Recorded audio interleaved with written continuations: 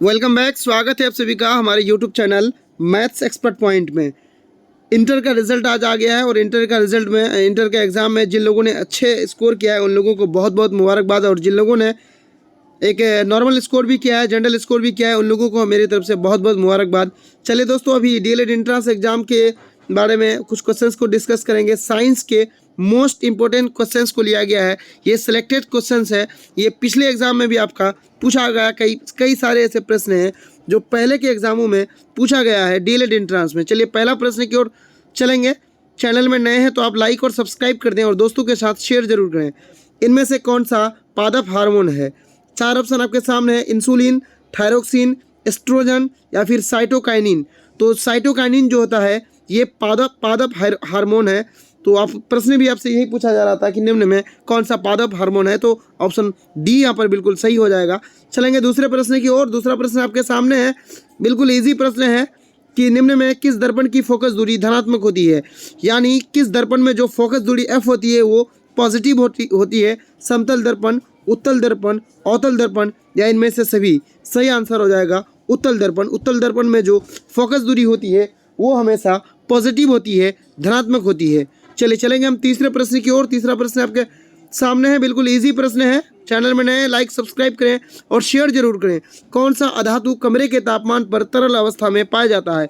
यानी कौन ऐसा अधातु है जो कमरे के तापमान पर भी तरल अवस्था में पाया जाता है?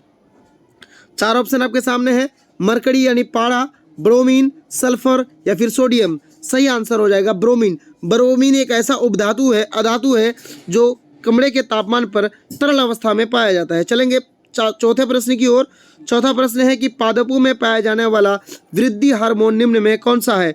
यानी पादपों के अंदर जो हार्मोन पाया जाता है उसमें से कौन सा हार्मोन पादपों को वृद्धि कराता है?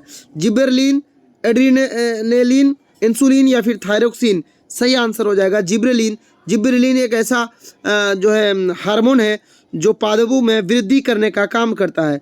चलिए आगे हम बात करेंगे पांचवें प्रश्न की ओर। पांचवा प्रश्न है कि नेत्र में प्रवेश करने वाली किरणों का अधिकांश अपवर्तन कहाँ होता है?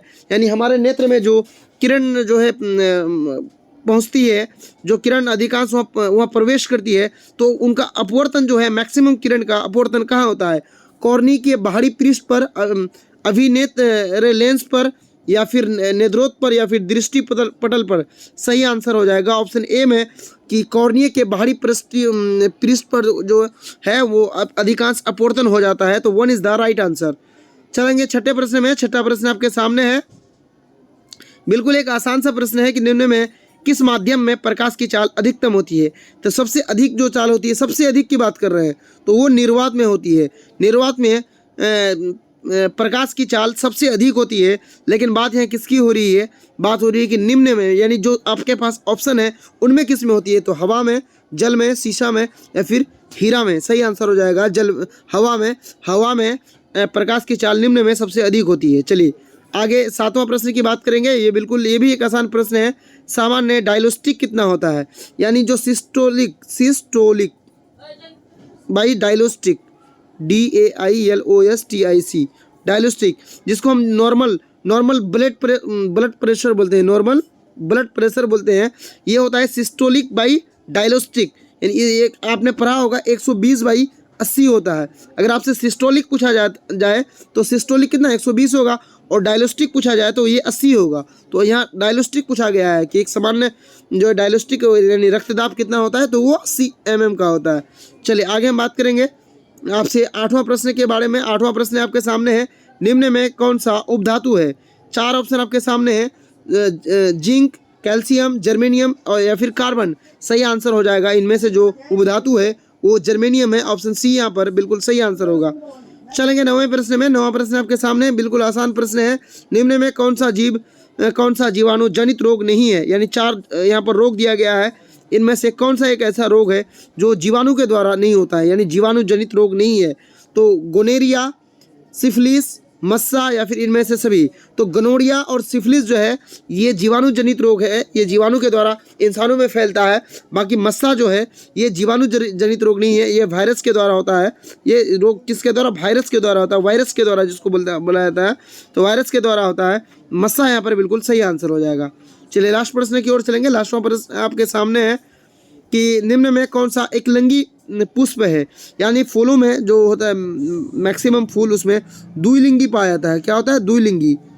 द्विलिंगी इसमें एक जो होता है वो नर होता है, एक होता है पुरुष।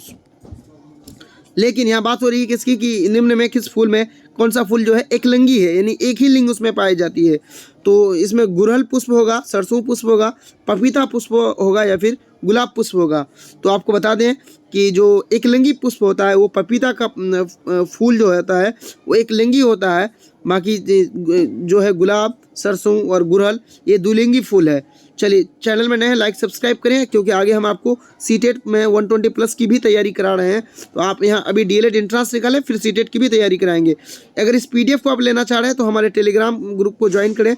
आप टेलीग्राम में जाके सर्च करें सीटेट 7070 और एक सर्च करेंगे तो आएगा आपके सामने मैथ्स एक्सपर्ट पॉइंट।